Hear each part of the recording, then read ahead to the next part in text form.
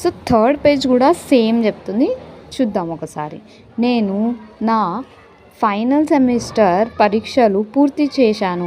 ఎటువంటి బ్యాక్లాగ్స్ లేవు మరియు నా ఫైనల్ ఫలితాలు కోసం వేచి చూస్తున్నాను.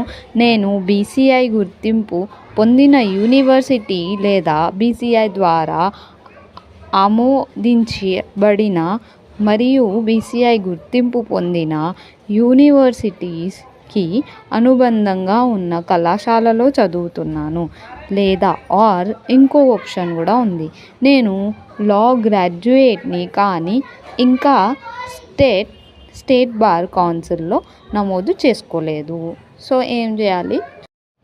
నేను బీసీఐ గుర్తింపు పొందిన యూనివర్సిటీ లేదా బీసీఐ ద్వారా ఆమోదించబడిన మరియు బీసీఐ గుర్తింపు పొందిన యూనివర్సిటీకి అనుబంధంగా ఉన్న కళాశాల నుండి నా ఎల్ఎల్బి డిగ్రీని పొందాను.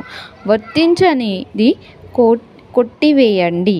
నేను ప్రస్తుతం ఉద్యోగంలో ఉన్న ఉద్యోగం సేవను పేర్కొనండి.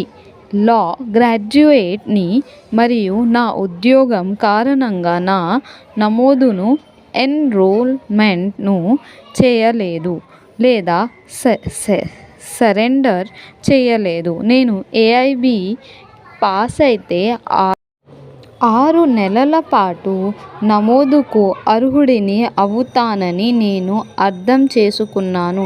ఈ కాలం తర్వాత చట్టాన్ని ప్రాక్టీస్ చేయడం కొనసాగించడానికి నేను ఏఐబికి తిరిగి హాజరు కావాలి. నేను ఇంకా దీనికి హామీ ఇస్తున్నాను.